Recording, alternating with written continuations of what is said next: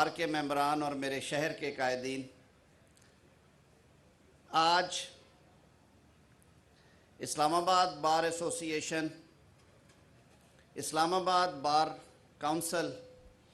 اور اسلام آباد high court bar ایسوسی ایشن کا یہ عظیم الشان اکٹھ دیکھ کر میں نہ صرف خوش ہوں، نازا ہوں، بلکہ اللہ تعالیٰ کے حضور شکر گزار بھی ہوں کہ آپ کی قیادت نے میرے بڑے بھائیوں جناب سید کلب حسن صاحب اور ہمارے گروپ کے قائد میاں صاحب، میرے قائد میاں نواز شریف صاحب اور آپ ہیں، لیکن میرے کالے کوٹ والے قائد یہ پیچھے بیٹھے ہیں جی، احسن بھون اور کلب حسن صاحب۔ تو میرے جو گروپ کے قائدین ہیں بار پالیٹکس میں، انڈیپینڈنٹ لائرز گروپ جس کی بنیاد مرحومہ اسما جہانگیر صاحبہ نے رکھی تھی، انہوں نے وزیر اعظم پاکستان کو میری اور رانا ثناء اللہ صاحب کی موجودگی میں مبارکباد پیش کی۔ یہ اپریل کے آخری ایام تھے، میرے خیال میں 1 سال پہلے کی بات ہے، اور مبارکباد کے بعد وزیر اعظم صاحب نے شکریہ ادا کیا وکلا قیادت کا کہ انہوں نے جس استقامت کے ساتھ جمہوری ڈکٹیٹرشپ کا سامنا کرتے ہوئے ووٹ آف نو کانفیڈنس کی پروسیڈنگز اور اسمبلی کی تحلیل کے مقدمات میں پاکستان کی جمہوری طاقتوں کا ساتھ دیا۔ وہ بلا شبہ ایک مشکل مرحلہ تھا جس میں پاکستان کی سیاسی جماعتیں وکلا قیادت کی محبت اور تعاون کی وجہ سے کامیاب ہوئیں، اور بلا شبہ وہ کریڈٹ پاکستان کے وکلا کو جاتا ہے کہ پاکستان میں پرامن انتقال اقتدار آئین کے آرٹیکل 95 کے تحت ہوا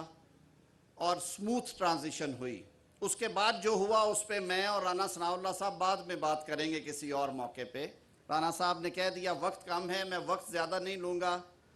میں صرف اس تسلی اور حکومت میرے وزیر اعظم میاں محمد شہباز شریف صاحب کی قیادت میں اور میرے قائد جناب میاں محمد نواز شریف صاحب کے ویژن کے ساتھ، اتحادی جماعتوں کی تعاون کے ساتھ صحیح معنوں میں وکلا دوست حکومت ہے۔ وکلا دوست حکومت اس طرح کہ تاریخ میں پہلی بار 2022 کے بجٹ میں وزیر اعظم شہباز شریف صاحب نے بار ایسوسی ایشنز اور بار کاؤنسلز کے لیے گرانٹ ان ایڈ کو بجٹ کا حصہ بنوایا اور ایک مناسب رقم 50 کروڑ روپے کی رقم اس کے لیے مختص کی، اور مجھے حکم دیا کہ اس کی ڈسٹریبیوشن اکراس دا بورڈ ہوگی، اور اللہ تعالیٰ کی مہربانی سے اس میں ہم نے کچھ سپلیمنٹری گرانٹ کا اور اضافہ کر کے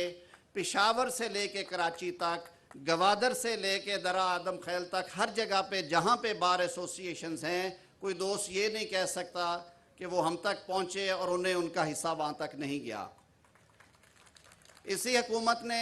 سپریم کورٹ بار ایسوسی ایشن کے وکلا کی 7 ارب سے زائد کی جو رقم ڈوبی پڑی تھی ہاؤسنگ پروجیکٹ میں، میری بہن شیریں عمران بیٹھی ہے کلب حسن صاحب کی قیادت میں، انہوں نے بڑی محنت کی۔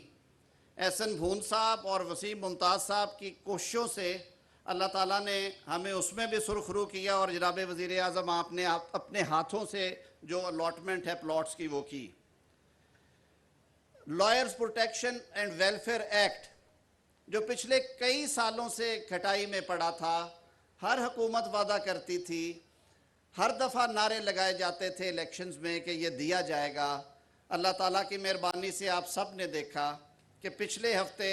دونوں ایوانوں میں پاس ہونے کے بعد صدر مملکت نے اس پہ دستخط کر دیے۔ اللہ کرے کہ صدر مملکت صاحب ہر اچھے قانون پہ فوری دستخط کر دیا کریں، اور آج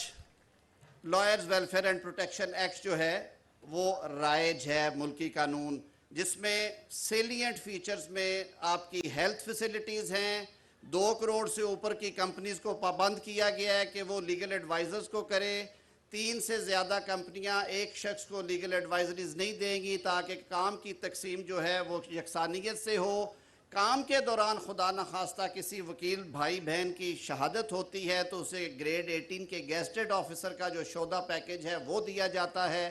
آپ نے کہا فائنینشیل انسٹیٹیوشنز، اس کا بھی دھیان کیا گیا، اور اس کے بعد اس میں 16 شکے ہیں جو یقیناً آپ نے دیکھ چکے ہیں۔ میں شکر گزار ہوں اسلام آباد بار کونسل کی قیادت کا اور پاکستان بار کونسل کی قیادت کا، جنہوں نے ملک میں جاری ایک آئینی اور قانونی جو بحرانی کیفیت ہے اس میں ایک جرأت مندانہ سٹینڈ لیا، اور انہوں نے سپریم کورٹ کے بینچ کے سامنے پیش ہو کے انہیں ایک صائب مشورہ دیا کہ چیف جسٹس صاحب، آپ کے گھر میں تقسیم ہے، آپ کے ادارے سے اختلافی آوازیں آ رہی ہیں، سینئر ججز جو ہیں ان کو امپورٹنٹ کیسز کے بینچز سے الگ رکھا جاتا ہے، اور ملک کا اس وقت جو سب سے اہم آئینی مقدمہ ہے پنجاب اور خیبر پختونخوا میں الیکشنز کے انعقاد کا، کہ وہ الگ الگ ہوں گے یا پورے ملک میں یکمشت ہونے چاہیے، جو کہ آئین کے آرٹیکلز کی منشا ہے اور جو ہماری کانسٹیٹیوشنل سکیم ہے۔ میں آپ کا شکریہ ادا کرتا ہوں کہ آپ نے ایک کلمہ حق عدالت کے سامنے کہا، اور آپ نے ان سے درخواست کی کہ آپ اس پہ فل کورٹ بٹھائیں تاکہ اس کے مسئلے کا حل ہو سکے۔ میں یہ بات افسوس سے کہوں گا کہ ایسے مواقع آتے ہیں جب گھر کے سربراہ کو اور گھر کے بڑے کو یہ سوچنا چاہیے کہ ادارے کی سوچ اجتماعی سوچ ہوتی ہے، اور ادارے میں جب فیصلوں کے ذریعے ون مین شو کی باتیں ہوں تو یہ بہت بڑا لمحہ فکریہ ہوتا ہے۔ میں آج بھی یہ توقع رکھتا ہوں کہ جو ہو چکا سو ہو چکا، جو بات سیاسی قیادت نے کی ہے، جو بات بار کی لیڈرشپ نے کی ہے، جو کہ بلا شبہ طور پہ لازمی جزو ہے عدالتی نظام کا، کہ آج بھی ابھی حالات اتنے خراب نہیں ہوئے، ان سارے معاملات کو آپ ایک لارجر بینچ میں لے کے جائیں، وہ لارجر بینچ جس میں تمام جج صاحبان ماسوائے وہ جنہوں نے رضاکارانہ طور پہ ریکیوز کیا وہ بیٹھیں، اور وہ اس ملک کی تقدیر کا فیصلہ کرے، نہ کہ یہ ملک اور اس کے ایوانوں میں 4-3 اور 5-2 کی بحثیں ہیں وہ جاری رہیں، اور یہ گوں مگوں کی کیفیت اسی طرح جاری رہے۔ میں اس سے زیادہ آج کچھ نہیں کہنا چاہوں گا کہ اثر امام،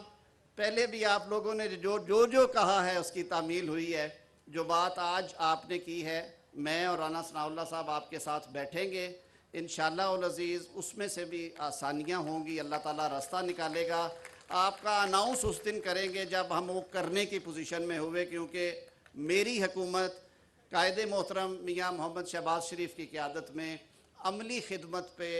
ایکچول پروجیکٹس کو کیری آؤٹ کرنے کے لیے جانی جاتی ہے، اپنی رفتار کی وجہ سے جانی جاتی ہے۔ جھوٹے وعدوں کی طرح جو پہلے اس کیس میں ہوا تھا، میں آج ایک پھر دہرانا چاہتا ہوں جانے سے پہلے کہ یہ پروجیکٹ صرف کاغذوں میں تھا۔ اگر وزیر اعظم صاحب ہدایت جاری نہ کرتے اور علیم عباسی صاحب اور کلب حسن صاحب اور بھون صاحب اس وقت مجھے ہر ہفتے یہ نہ کہتے کہ رانا صاحب کے ساتھ ان کے پاس چلیں اور یہ پروجیکٹ جو ہے وہ ہونا چاہیے، تو شاید یہ خواب آج شرمندہ تعبیر نہ ہوتا۔ میں اپنی حکومت کا اور وزیر اعظم کا بھی شکر گزار ہوں کہ آپ نے ہمارے ہر وعدے کو وفا کیا ہے۔ ہمارے آپ سے رشتے بڑے مضبوط ہیں، اور یہ انشاءاللہ العزیز محبتوں کے،